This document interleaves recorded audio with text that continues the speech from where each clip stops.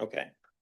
So just to kind of start it off, I just wanted to say that what we're trying to do is with the assessment of city services, it's typically what did we do in the last year?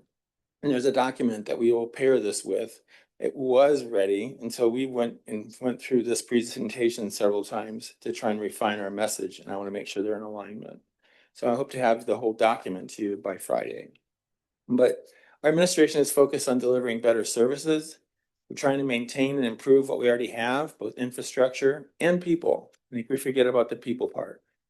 We study before we decide, and we decide before we lead.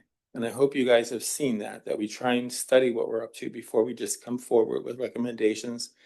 And tonight you'll hear directly from the department leaders about what the priorities are for each of the departments. There's no way to put this up for you to really see it. This is the actual organization chart. This is all of the positions. This is by department.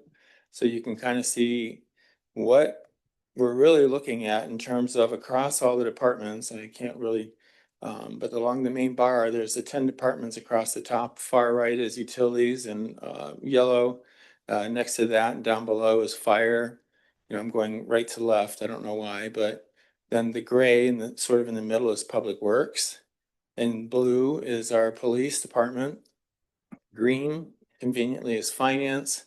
The light sea green or whatever you want to call it is ports. Purple is PCR. You see the divisions there. And next to that, I believe, is the admin. And then second to the farthest left is, I don't think I can even zoom in on it, but I can't remember what that one is. Planning, I believe. And then there's clerks at the very beginning. And of course, you all are across the top. And Margie and myself and the executive assistant are sort of in between, like an hourglass. And I'm going to plot that off for you guys so you can actually see it, because you can't really put it even on an 11 by 17. It's just too small. So you'll get a big map. And just so you know, I try to keep them updated with all the actual names of the employees, so I know who's out where, and that changes an awful lot. So it's a kind of a futile exercise because it's always out of date, basically.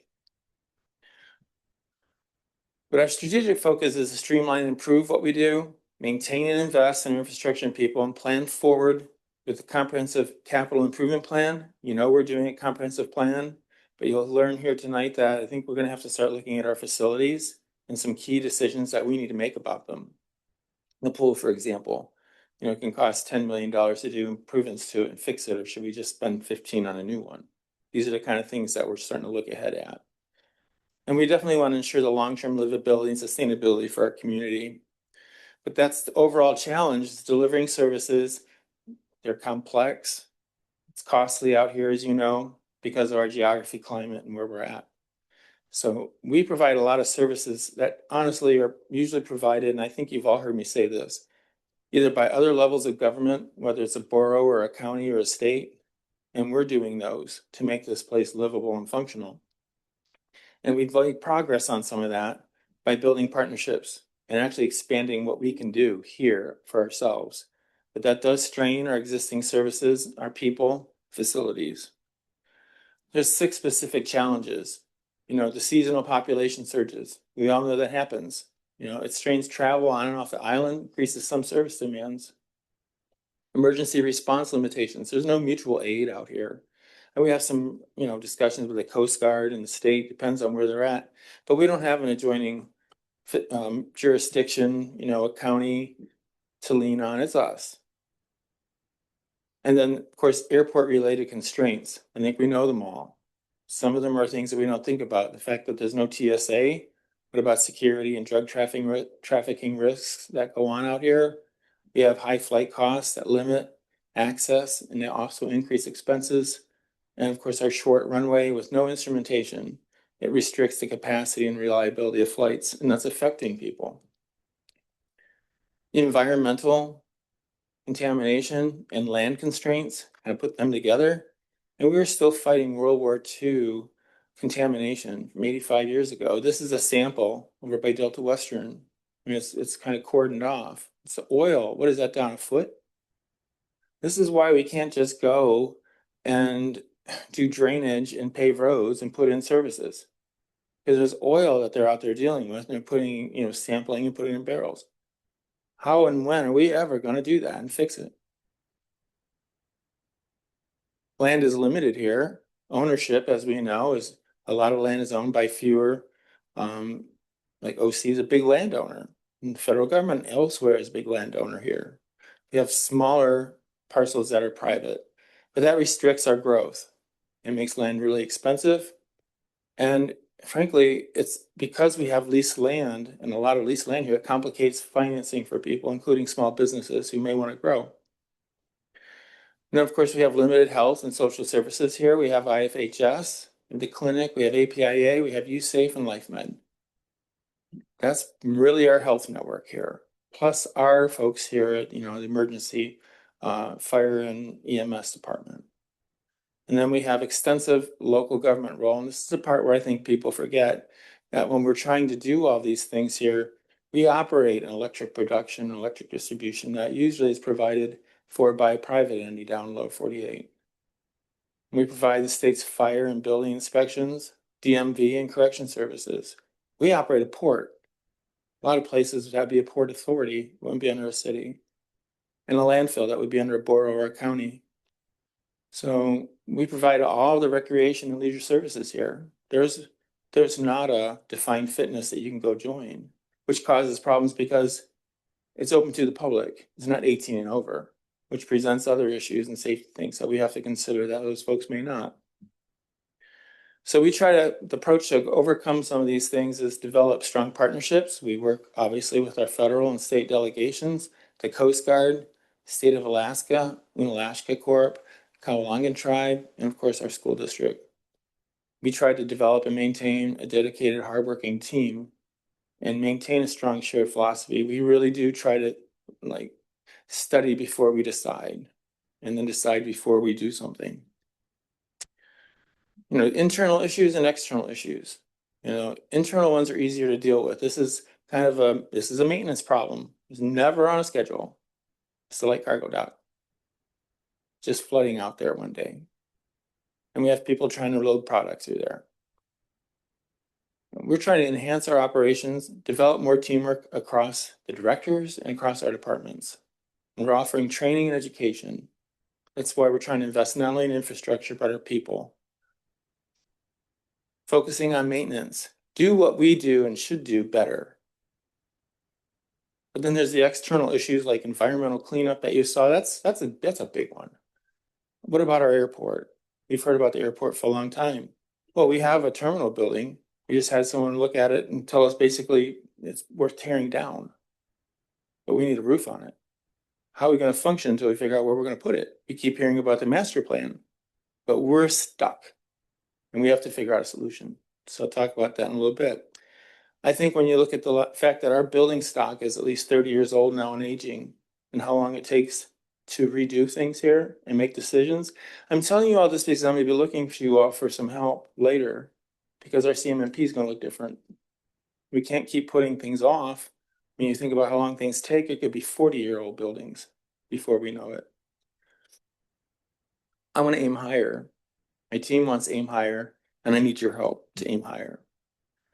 So like I said, we're trying to create better organizational alignment. So some of you were interested in what I'm trying to do in-house, moving the deputy city manager sort of into the city manager's function on that org chart will help with some day-to-day operations and cross-department coordination, the very thing I'm trying to talk about.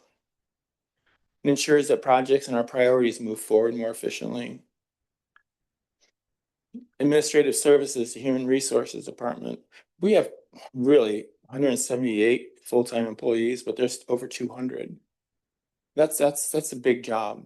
And I think you'll hear from deputy city manager about what kind of ratios that is. It's not just pushing paper. That's dealing with people. Adding a deputy director to the public works department. It's almost like a microcosm of the city itself. That's a huge function. Five divisions and one person trying to run it all. So I hope that's an easy lift. Capital building plan, as I said, our buildings are getting older. We need a long-term capital strategy, not building by building. We're looking at how to deal with the fire department, fire station, and EMS and how to do things differently so that we can actually expand our services cost effectively. But there's other buildings and things we need to do. So when we are looking at that and we're doing studies, hopefully you realize this is why we're doing it. We're trying to think ahead, trying to give you options. And when you have several things like, we adopted the PCR master plan, the top two priorities is the multi-purpose center and aquatic center. Now we're the quality of life on this island. There's no one else doing this stuff. So I know those seem maybe like the fun department, but that is what our quality of life is here. PCR does that for us. Then there's the airport, which is in its own little box because we have to work with the state. What's happening? When is that moving? Is it moving? The fire station emergency response training center and the police correction and dispatch facilities, that's a real issue. We can't keep saying it's not. And I kind of look at internal and external objectives. So external, we have these plans, just look at them all. The airport master plan, that's done, but where's it going? I want to talk about that and try and move that. We have a healthcare study that's trying to help what is happening on the island. We're having duplicative buildings. We don't want that. I don't think anyone wants that. An energy plan, what are we doing? That's put off for a little while because we're trying to deal with geothermal, but there's new wind options.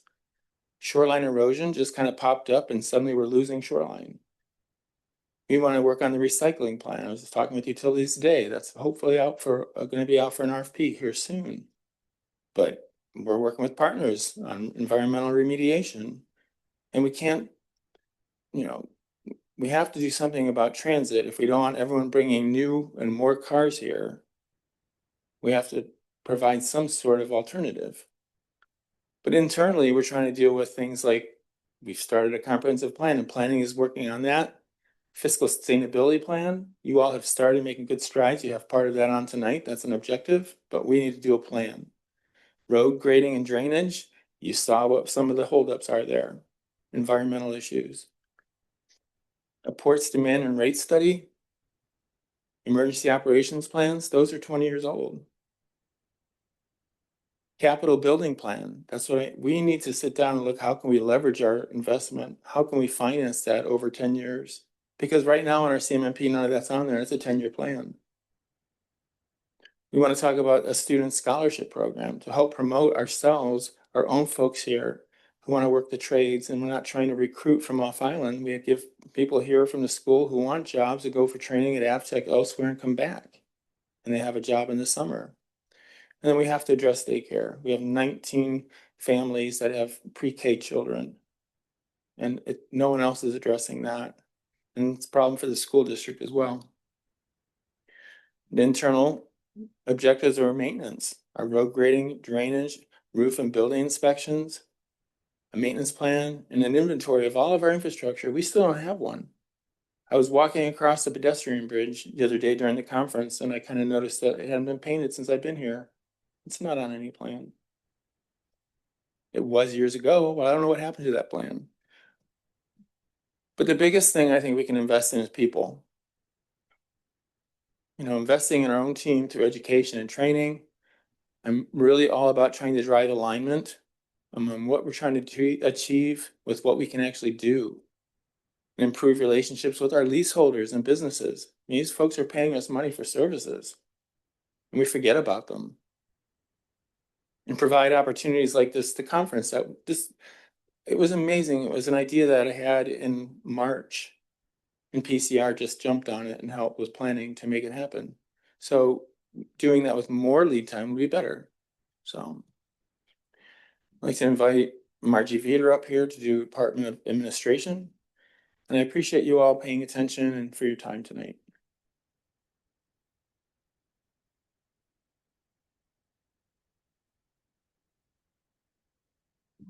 Good evening, Mayor and Council. So we're just going to talk a little bit about what the Department of Administration does and then focus on our recommended improvements and 5-year plan. So in the Department of Administration, we administer the policies established by the city manager and by the city council. We provide administrative planning, leadership, and organizational development. We work on projects assigned by the city manager. And then my position specifically, I oversee the department. I assist the city manager and assume his duties when necessary. All right, None of those are working. I tried that already. Just required your touch. Thank you. All right. Under our primary functions, the administrative support that we provide includes centralized HR services, employee benefit programs, labor negotiations, employee training and development, policies and procedures, risk management, loss control and insurance programs. We coordinate workplace safety and OSHA compliance and manage our city employee housing and our city notaries. So our recommended improvements and 5-year plan include, as Bill already covered, he's proposing to move the deputy city manager position to the city manager's department and changing the name of the department to human resources. Overall, we need to increase our human resources capacity in order to meet any of these recommended improvements. And to increase that capacity, we would like to appoint a new director for the department who will be an HR professional. And then also convert the risk assistant position to the HR coordinator. I wanted to talk a little bit more about why that's necessary. So the industry benchmarks, like the Society of Human Resource Managers, the typical HR to employee ratio is 1 HR staff to 100 employees. However, those same benchmarks indicate if complexity is present, you need to adjust that ratio. And we have that complexity. For a municipality with 200 employees, complex union oversight and limited automation and high turnover, they recommend that the ratio should be that we need 3 to 4 full-time HR staff.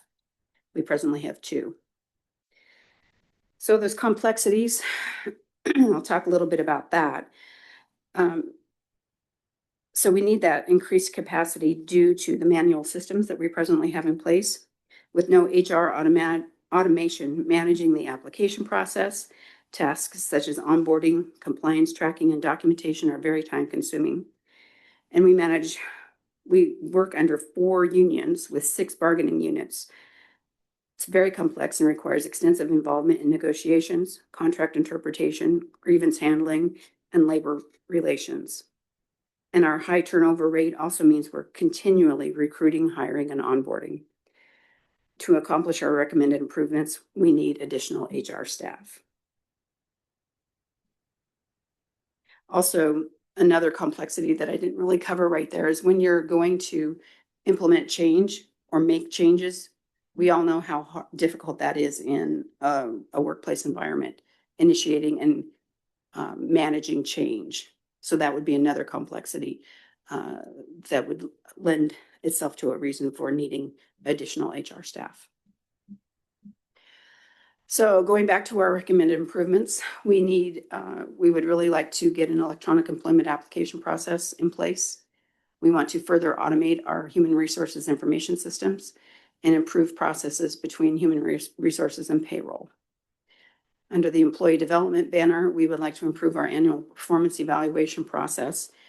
And that's real important because an effective evaluation process is going to provide consistency, motivation for our employees, and lend itself to retention of those employees. And it will also identify organizational development and training needs, which is the next thing. We need to provide additional training, especially for our supervisors and managers. And under the benefits portion, we are going to be adding Roth and traditional 403B options, a Roth 457, and retirement savings accounts. We also need to review and approve Title III, which is our personnel ordinances, and update the related personnel policies. Under the general heading of policies, we're in the process of doing the employee travel updating and renewing the employee travel policy. We're working on an inappropriate behavior and sexual misconduct policy. And we know we need to refine our remote work policy and our citywide contract management process. To finalize our recommended improvements on the loss control and safety or risk management side of the house, We're going to retain a safety consultant to help us evaluate and address safety and compliance issues, and to evaluate and update our OSHA safety and health policies, and finalize and implement a citywide OSHA safety training schedule and safety orientation process. We also manage employee housing that I mentioned earlier. We recommend that we increase the capacity for our employee housing. We want to revive our Lear Road facility. We upgraded the kitchens and bathrooms in 2 of the 4 units, and we need to get the other 2 done when it makes sense. And we want to continue to work with facilities maintenance to make small and inexpensive improvements to housing and to convert all the carpeted areas to hard floors. So I think that's all we have for admin for you. And I'll invite Eden to do the city clerk. The Department of City Clerk, our mission is to serve the citizens of Unalaska as accessible and responsive representatives of transparent and open government, and to facilitate and promote full participation by citizens in our local governmental process.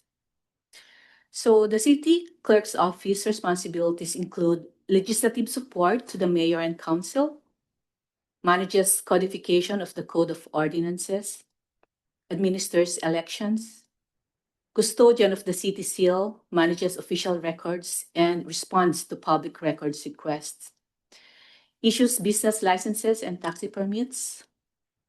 City clerks also administers property tax assessment, billing, and collection, manages assessment and collection of various taxes, sales, raw seafood, hotel motel, tobacco excise tax, as well as the enhanced 9/11 system surcharge and the local improvement district special assessments.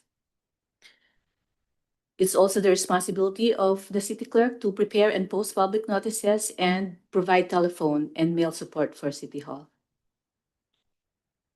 For the 5-year plan, first, we would like to streamline and refine the property tax billing process in munis by implementing the CAMA, or the Computer Assisted Mass Appraisal, import from Mars software. This is a great step toward modernizing our financial processes and improving efficiency. Next is the management of business license process and sales tax reporting through the municipal software munis. Integrating these functions will simplify compliance with local businesses and provide a clearer financial picture for the city. Third is the development of orientation and training program for the newly elected officials. This is essential for ensuring a smooth transition and helping new officials quickly understand their role and responsibilities. We also want to provide video recording of council meetings to the city website, as we believe that increased transparency and accessibility will allow more citizens to stay informed about local government decisions. Form council policy committees to begin work on implementing any necessary,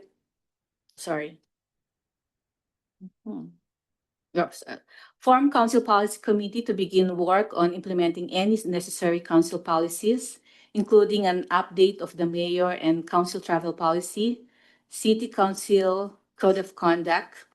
So this is a proactive way to ensure our policies are current, fair, and effective.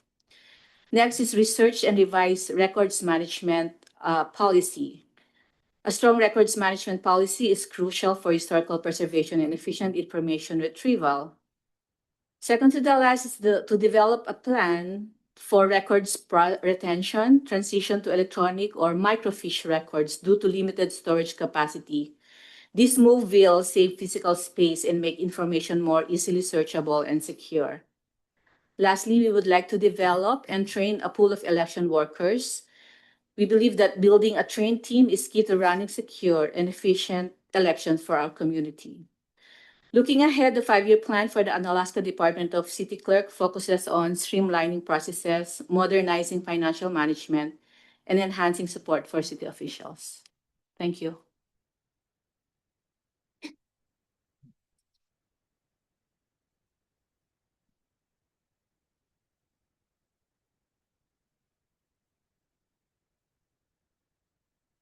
Thank you, Mayor, Council, and Cameron Dean, Planning Director, here to talk about the Planning Department. So the department's current responsibilities are long-range planning. So that's the comprehensive plan that we're in the process of updating now, the CMMP, as well as more specific plans that we do as needed. And current planning and development review. This is part of how we implement the comprehensive plan on a day-to-day. So that includes things like zoning, permitting, enforcement. A lot of that goes through the Planning Commission, Historic Preservation Commissions, and we're the staff that support those bodies. And we administer the Community Support Grant Program. Grant management is fairly new for us. I'm actually going to talk about that more on the next slide. But one initiative that's been going on for a couple of years now is the Brownfields program. We administer a EPA assessment grant that tend to start dealing with the environmental contamination that Bill brought up at the beginning of this presentation. We're responsible for leasing of city land and tideland. So on the land side, that's mostly antennas on Haystack, and then tideland is a lot of the marine industry in town. Then we do a lot of studies and collect different, track different metrics about the community. So rent, housing condition, cost of living are all ones that we do regularly. So you probably have seen surveys from us for that. And we use that to inform city policies or programs or the plans that we make. And lastly, we're the office that maintains the city's geographic information systems, or GIS. And usually when I say GIS, people think, oh, making maps. So I want to emphasize that that serves as the backend infrastructure to a lot of the services that the city does. So things like the maintenance system used by the utilities department or the dispatch, computer-aided dispatch system used by police and fire is all drawing from the GIS data that we maintain in our office. It's also used by a lot of external stakeholders. So any in the trilateral group makes pretty good use of our GIS. And essentially anytime someone is doing a construction project in town, they're using our GIS data. So looking ahead, there's a couple areas we want to improve. First, the Planning Commission and Historic Preservation. We're looking at how we can increase public engagement with those bodies and go along with that, improving access to their past decisions. So if you think of the parcel viewer, you can go and look up information about properties. We're looking at doing similar things with the history of Planning Commission decisions that are relevant to different properties around town. Then on the GIS side, in addition to just keeping everything maintained and updated, which is definitely a job in itself, we're looking at focusing on new services to make use of that data, both internally and to the public. So one example that I've done recently is a maintenance application for the roads crew that lets them go out and track locations for potholes or other road issues while they're in the field. So we're really looking at ways that we can use GIS to support better management of the city's assets. Then grant management. So in the past, grants at the city have been split apart to different departments. There hasn't been a single coordinated effort for them, and we're really trying to move towards citywide coordination of all of our grant activities. And that's from the beginning, before we even write the grant, like the basic research to align the different funding opportunities that are out there with city priorities, all the way through to the post-award management. And we want to do that to make sure that the city is consistently managing its grants well, getting all the reporting in on time. And then lastly, community development. So this is a little new, but also not. The city already does, or the planning department already does a lot that falls outside of a strict definition of planning. So the community support grants is definitely an example of that. And also say a lot of the programs were created during COVID. So this would be looking at different programs that can address the challenges we have in the community. And I'm being a little intentionally vague about that because really these should be getting driven by the comprehensive plan and the strategies that it's suggesting. So, I mean, and that being said, I think there's a lot of potential here and we've got a good team in place to make some of these programs happen. So I'm really excited for the next couple of years of the department. Thank you.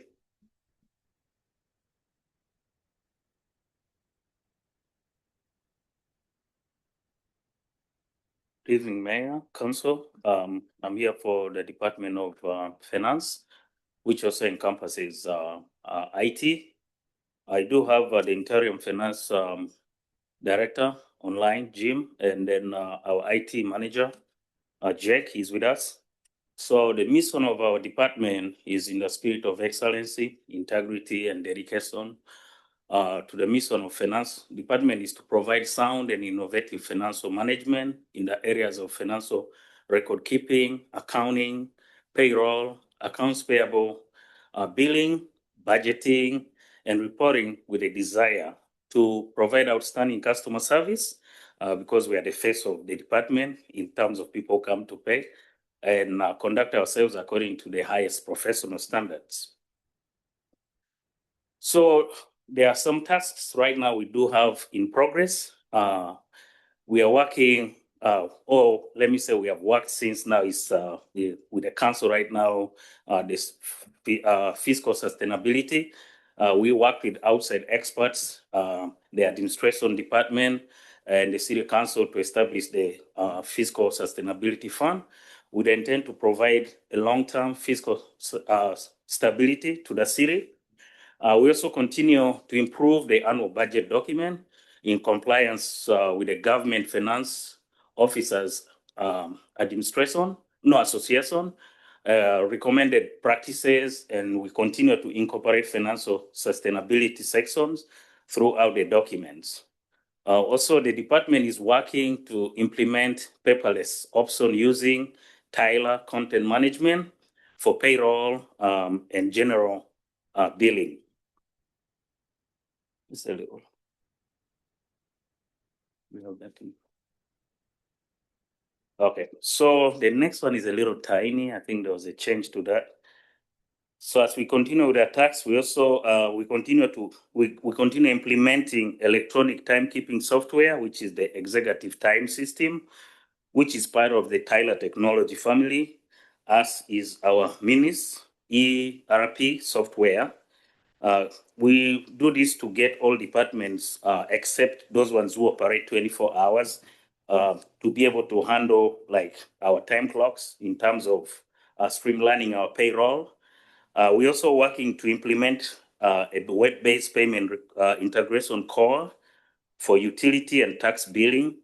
Customers will have to access and monitor, create service requests, pay their bills via auto pay, stored payment method, schedule payment, what we call the IVR, which is voice invoice recognition, and text message options.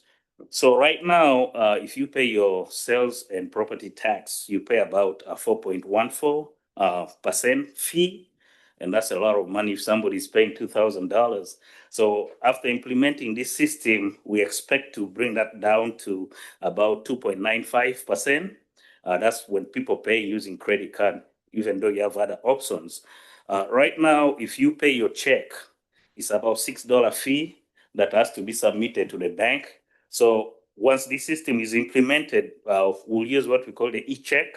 So we get all the checks, gather them and put them in one document, sent to the bank, and that will cost us about $2 to do all that. And also another advantage of that is we'll know whether there are insufficient checks or no, or if there are funds in those accounts working with the bank.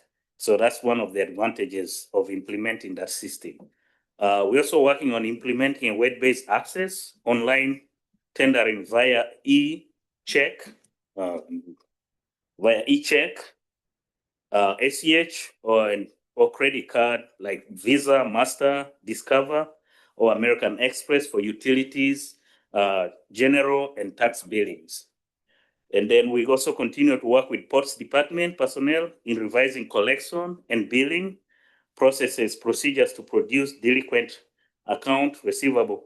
Particularly, these are for foreign vessels. We had a meeting with the acting port director last month, and we came out with ways of how best we can avoid our agings, because we do have agings, because there are times when the foreign vessels leave, we don't have, access to get the payments. We have even gone as far as, Googling a zip code in Australia, and that's how we got, so we don't want it to reach that way that they leave the port and we can't get information. So we're working together, the Post Department and Finance are working together to see how best we can streamline that and get those payments paid in time.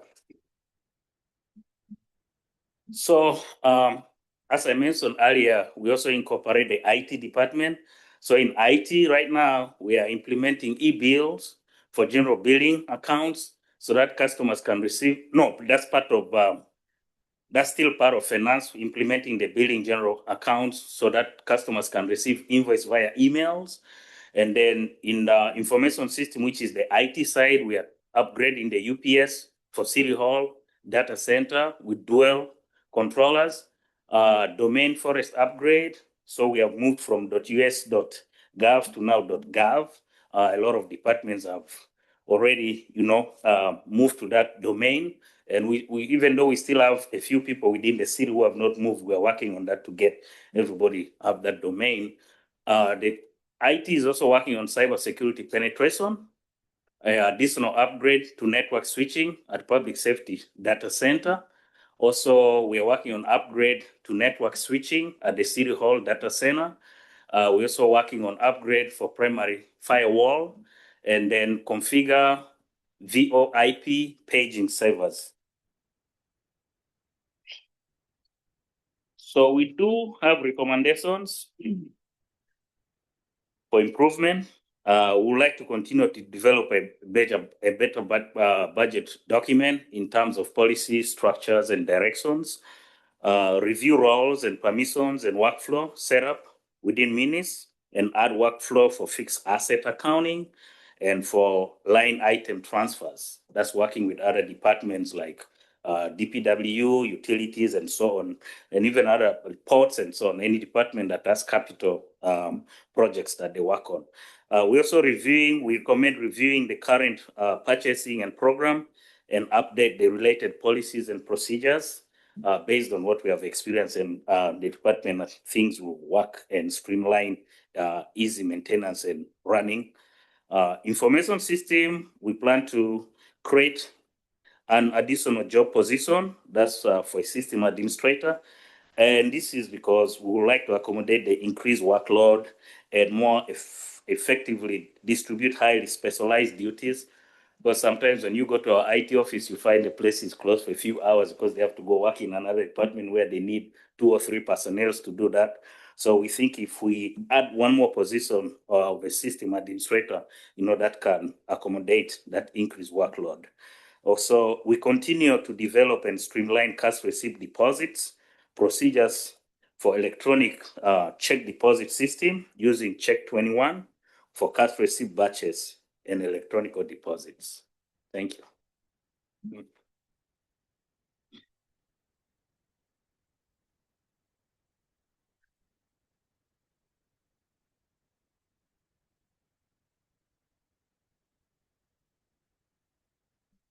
Mayor and Council, I'm happy to be here tonight. I try to come up here every time we meet and kind of give you an idea of the diversity of the program that we're offering our community.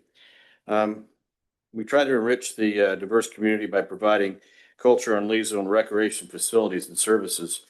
And we try to do that the best we can with the resources that we have. Page up, page down, page up. No, It's the arrow. oh, arrow down. Yeah, there you go. This one. Should be. So, there you go. There we go. All right. As you know, we just had a master plan accepted, or we just did a master plan, and we had it and went through all the community. Part of that development of the master plan was that we need to do something more to track what we're doing in recreation and collect program data. And so one of the things that we've started doing is a little QR code there. If you clicked on there, put your phone on there, it would come up to a sheet that you can type in the program, and you can give us all kinds of feedback. And this is going to be on every one of our programs, so we can test and see what programs are doing well, what programs aren't, what people want to do.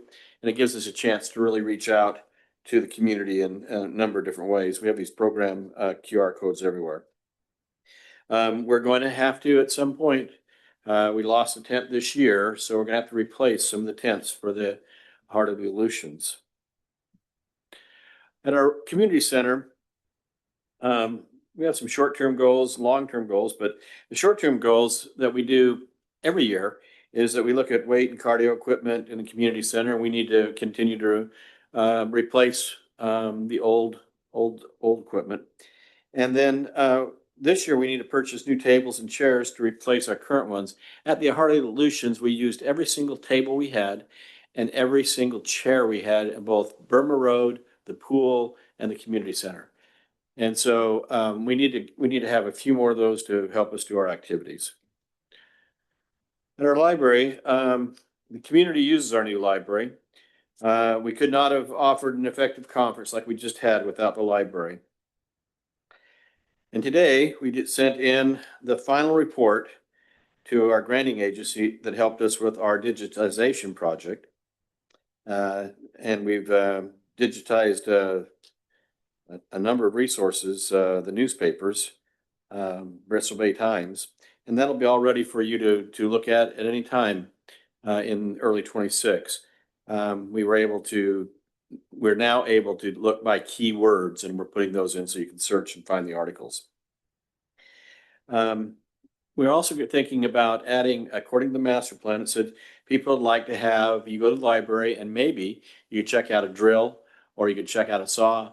And that way you could do a small project at your house without having to buy those things. So we're looking at having that kind of resource at the library to help the community. And then one of the things the master plan also identified was that we need to increase our outreach to the schools and promote library and library programs to the students. So we'll have a younger group coming in and being part of our library services as they grow up. Our aquatic center, we are waiting now for a building assessment. When they do the roof assessment, Bill decided that we should probably move forward with this little building assessment to give us some idea about where we are. After we receive that building assessment, that will help us. We're going to do a feasibility study, and that will determine the cost for renovations to fix long-standing problems. That little spot you see in the pool, every time we have these rust spots coming up from the bottom of the pool, it's with its rebar being eaten away. And every time we drain the pool, fix those spots, the pool then, the concrete right now is in its relaxed ability. When we drain the pool, it becomes all tensed up again. And then when we put water back in, it relaxes. But that causes cracks. So every time we fix them, we get more. And some of them are coming through our patches. But the Public Works did a really good job this year of fixing what we could. We'll know the costs of these repairs after we have the feasibility study. Whatever comes out of that feasibility study, then we can look at long-term goals. What are they? Are we going to relocate? Are we going to rebuild? Are we going to fix? Right now, our pump room, we bought a chlorine generator because we bought it in advance. We have it in the storeroom. Because if the chlorine generator goes out, we cannot find another one that will fit. It's out of date. We can't get any. But we bought one in advance just in case that happens. So it goes out, we'll be able to continue to run the pool.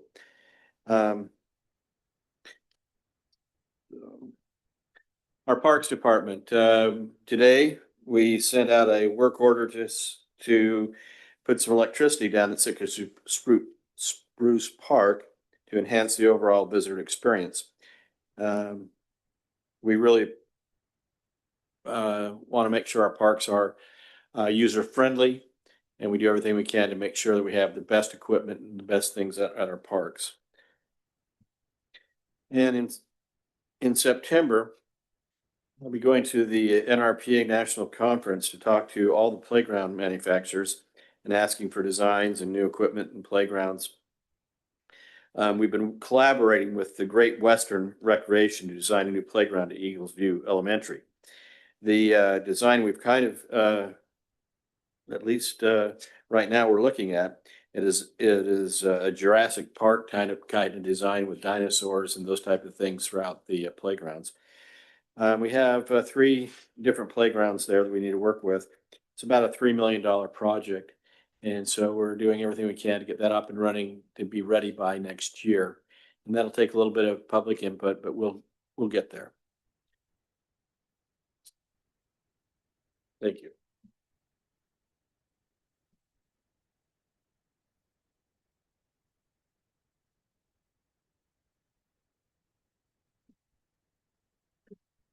Good evening, Mayor and Council. For the police department, In partnership with the community, we will provide the residents and visitors of Unalaska with professional police services. Our members will be accountable to and respectful of our diverse population. We will exercise leadership, encourage community involvement, and promote acceptance to make Unalaska a safe and desirable place to live.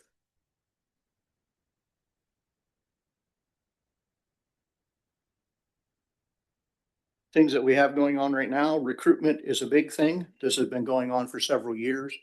I know when I came here, I was asked a question about what could I do to help recruit and retain. We've tried some new things. We're hoping that we're going to be able to make some progress with that, sending out flyers to colleges and universities across the United States to encourage people in law enforcement programs to consider us. Developing in-house instructors is a big plus for us because it saves on training related costs. Updating the policy and procedure manual for the department to streamline operations in all the divisions. We're about 3/4 of the way through that at this time. And then providing training on topics such as use of force, sexual assault investigations, domestic violence, search and seizure law, and others to ensure that our staff can provide excellent service. Unfortunately, most of these classes do not occur in the state of Alaska.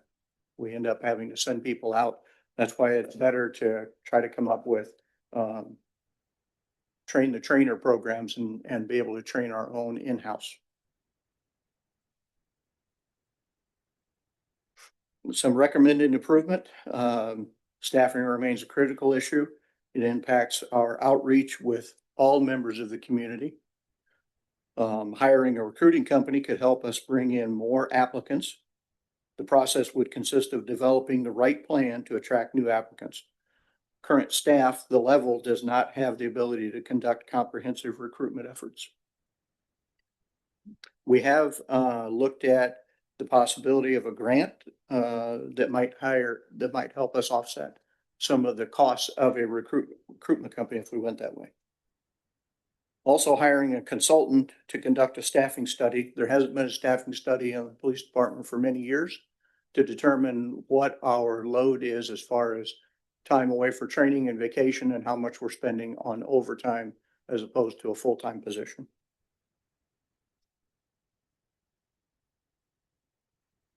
This next one, rename the department to reflect Unalaska Police Department and retire the title Unalaska Department of Public Safety. Many years ago, the department was split, fire and police. Since I came here, I had suspected that may be part or at least some of the issue in the name. In December, Patrick Bliss was at a training in Sitka. He had the opportunity to interview 6 brand new police officers to Alaska. 4 of those police officers said, I came down through the list. I saw Unalaska Department of Public Safety. I don't want to work for a public safety department. So I didn't even look any further. So if we're missing candidates because of that, then I think that's another good reason for us to make that kind of a change. Another improvement that we've started and will continue is working with HR to update our hiring and onboarding process to help streamline it. Also work with the Unalaska City School District to develop a plan to engage with students at various levels. We simply don't have the staff available to do this now. This could be presentations on answering questions for students about what to expect when they call 911. What to try to be prepared to give us information for. It could be just general interactions with police, a question and answer program, or trying to hold some meetings with juniors and seniors about would they entertain joining a law enforcement program. Obviously, we can't hire them at 18, but getting them interested and maybe using some money for scholarship stuff, bringing back our own community members to serve here. The police department, everyone knows there's ongoing issues here. We have a general space problem with DMV, corrections, dispatch, in the patrol room. Not to mention the lack of storage that we simply don't have. With the age of the building, I know that there was a plan in 2018 or 2019 about a new building. I think we should at least do some type of a study, survey, or something by quality people who can determine, do we need a new building or can we just renovate?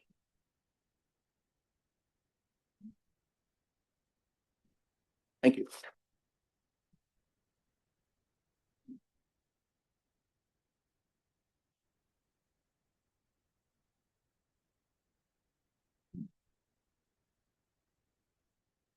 Good evening, Mayor and Council. Here to speak about the fire department.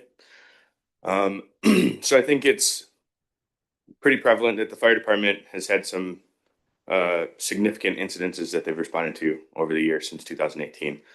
And a lot of those incidences have been pretty impactful to our community. And our goal is to learn from those incidences and try and better ourselves from those deficiencies that we've learned to increase our services and respond more appropriately. We've also learned a lot from incidences, both past and present, that we have to have some sort of self-reliance in individuality. It's becoming harder and harder to get resources allocated to us from different state and federal agencies in response to a lot of these emergencies. And we are it. We have no mutual aid. We work closely with the airport. We're called on there, but again, we've had incidences and we have to somehow work on a plan to do better and provide a higher level of care. We've identified that the healthcare or the health literacy in Unalaska is a wide variety, and I'm super appreciative of the collaboration that we have with our local healthcare partners, working to formulate a plan to get out there and provide some preventative health education, attending school visits, talking to seniors, and really just trying to get a better trust amongst the community about the services that we offer. And it's no secret that we do a poor job of articulating what the fire department actually does and is responsible for. And so we are trying to make a mark and be more vibrant within the community. So our current staff makeup is 8 career staff, 1 chief, 1 admin, 2 career captains, and 4 career firefighters. Those shifts work 4 days a week, opposing each other, Monday through Thursday, Thursday through Sunday, with the overlaps on our training nights for volunteers. We currently have 11 volunteers on roster. Of those 11, 7 are active and 4 are in a support status, meaning that 7 are readily available to come to calls. But again, we understand the constraints for normal daytime jobs. So that really puts us at a short staffing level when it comes to emergencies like search and rescues and fires, which we again understand low frequency, but we still need to do something to be prepared for those. I did have a bigger table up here, so forgive me, but it was not readable, so I took that out. And I'm trying to mask this because you all are going to get the feasibility study for the fire station and training facility on next meeting, September 9th. But high level, you can see from 2020 to 2025, we were at roughly 300 calls. We're now at just over 600 calls for FY25. So we've doubled those calls. We went from averaging 1 call a day per year to 2 calls a day per year. And the problem with that right now is that, as you've probably heard over the last few months, we've had several calls a day. We're getting into the realm of we're having to stack calls. We're having to wait. People are having to wait on an ambulance here and there. Again, not a lot. It's a low frequency occurrence, but it does happen, and we have to start planning for that.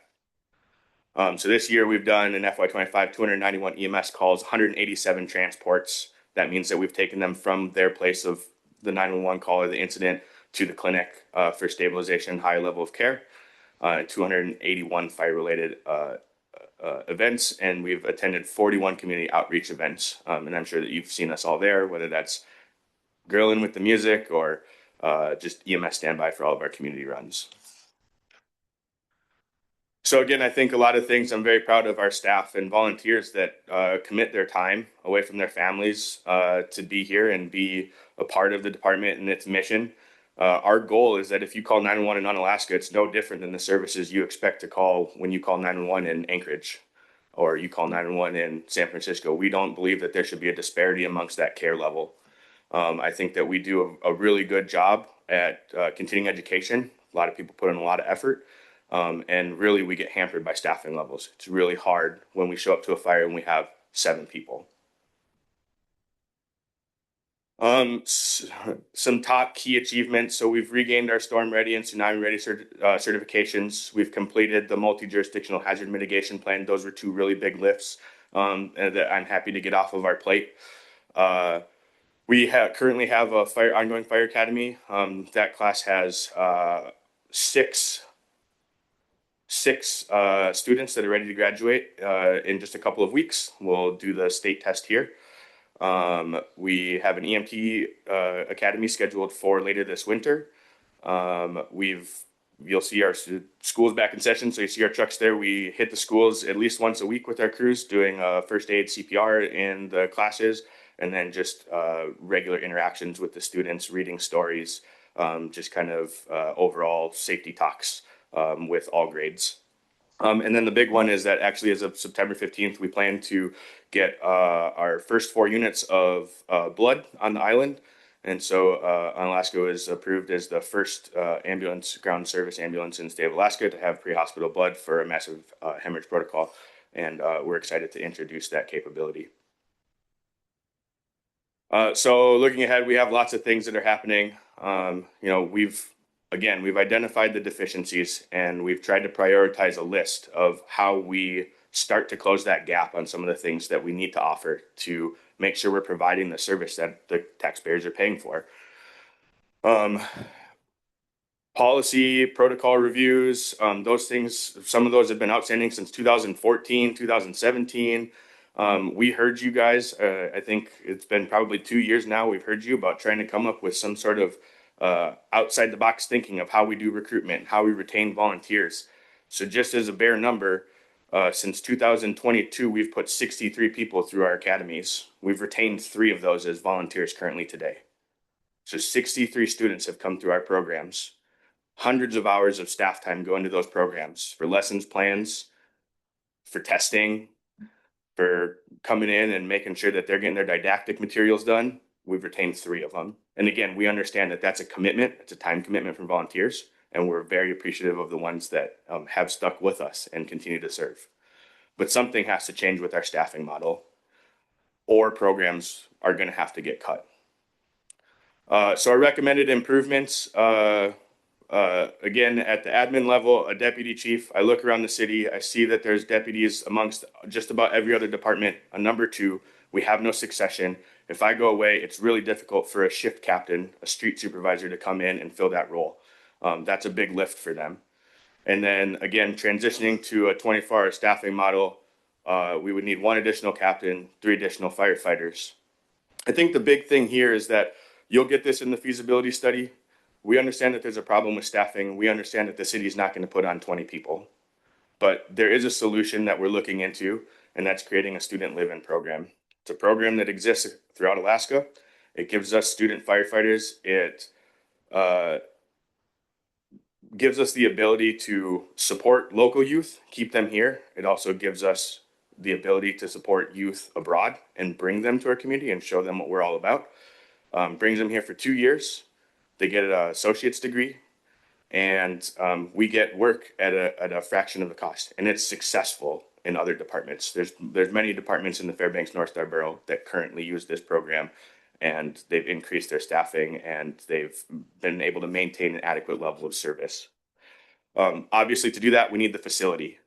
We're a little bit cart in front of the horse. We have state instructors on staff. We have UAF adjunct professors. We have syllabus approval from UAF. So we've gotten kind of the back end work done, and now we're having to go back for the big asks. And so that's really the support that we're going to be looking for in the future. I know it's a big change. It's a lot to swallow, and we're looking at all sorts of augmented funding in every area that we can. But it really comes down to council support. Appreciate your time. Thank you.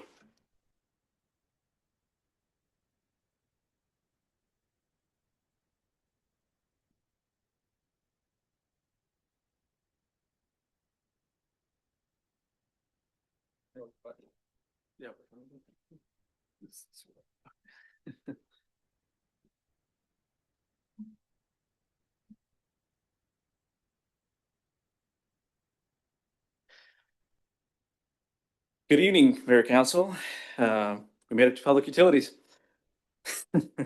So we have our mission statement posted on the slide in front of you to highlight some of our core values that drive the work that we do for the community.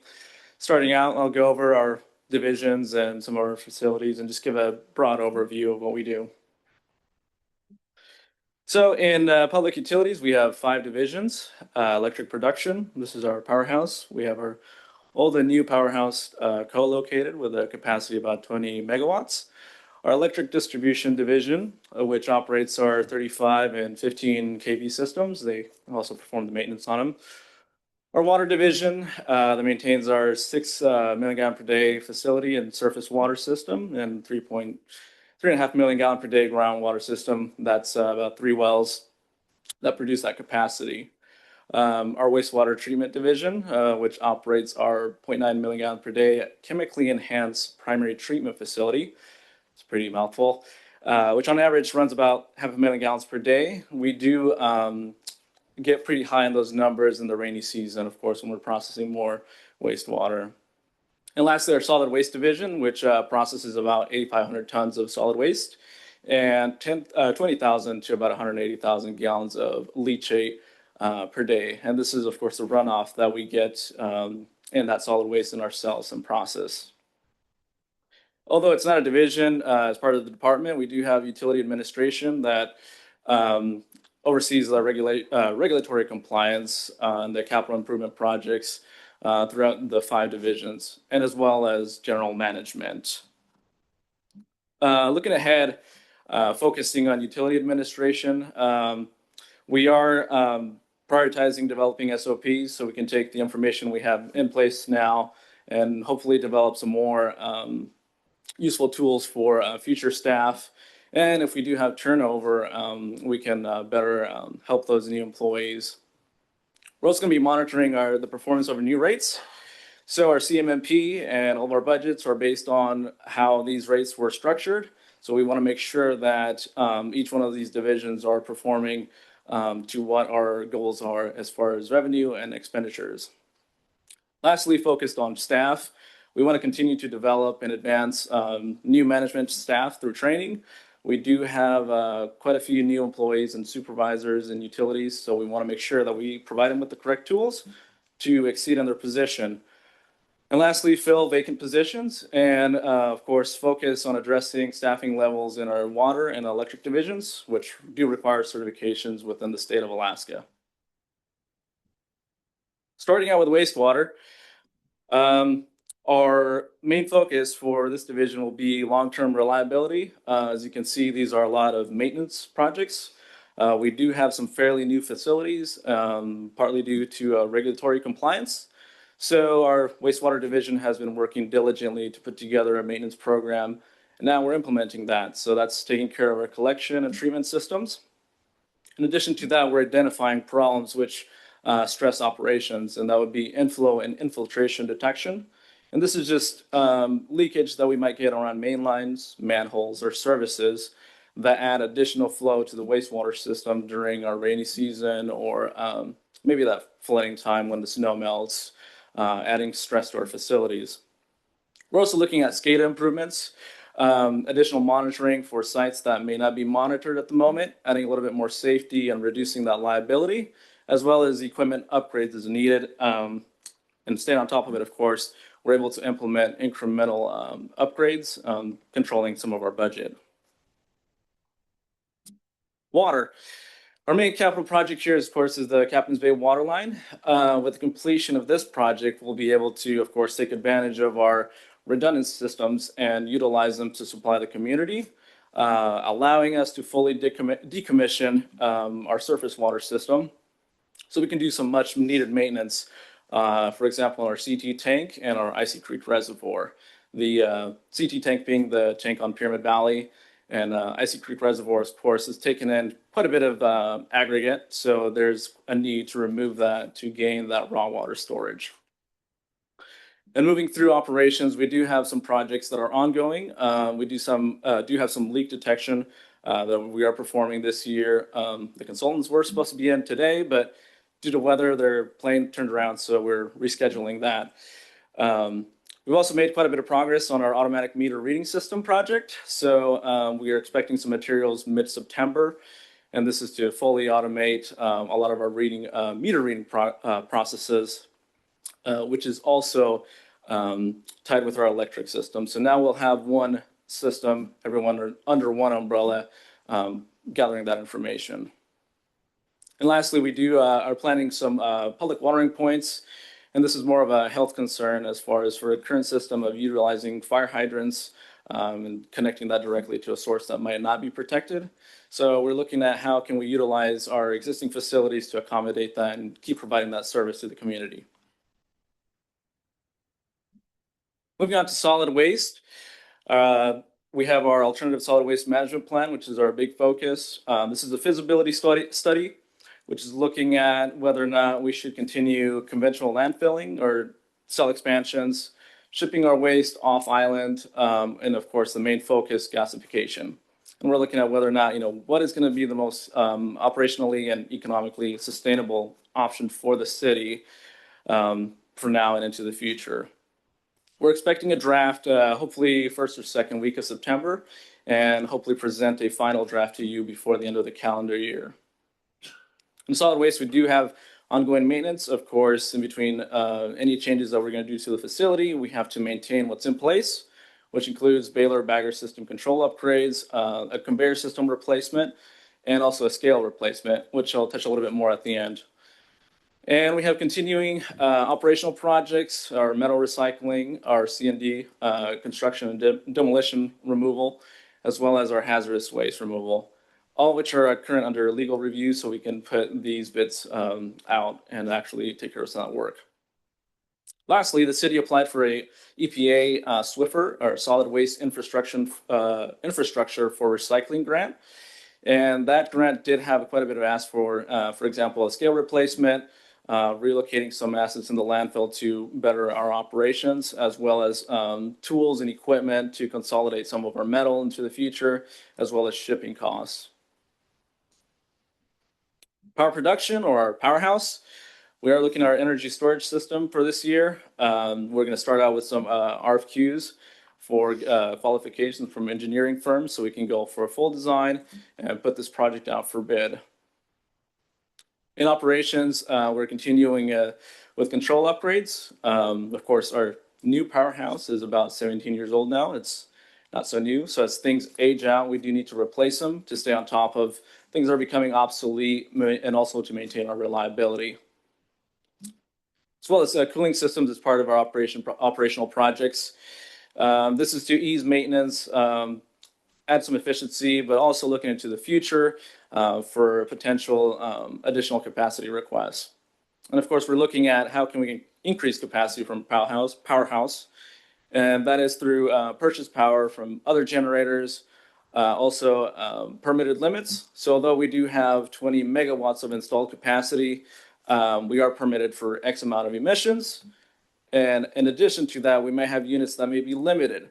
So for maintenance and also versatility, we took advantage of our last emissions testing to provide the state with additional data to hopefully have some of those limits either altered or adjusted in a way that it could help us in those times when we need additional capacity.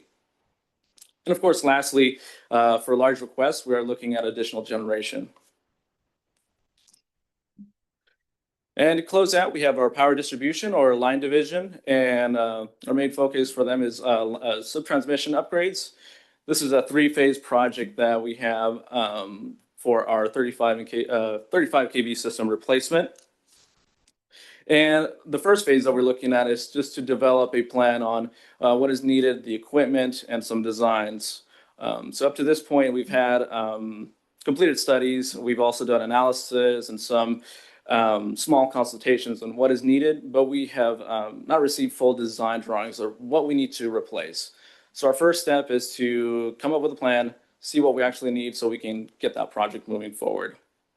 As far as staffing, we'll continue to recruit line staff, and we'll also maintain efforts to work with qualified candidates in Alaska, outside of Alaska, to facilitate their transition to Unalaska.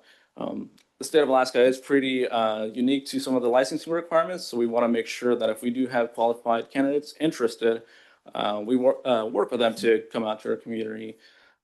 Lastly, we have ongoing maintenances for our infrastructure, or aging infrastructure, which we do budget about $500,000 a year. And I will say, within the last 2 years, we're in much better shape than we were as far as equipment and needed maintenance. So we do expect that number to be a lot lower. Thank you.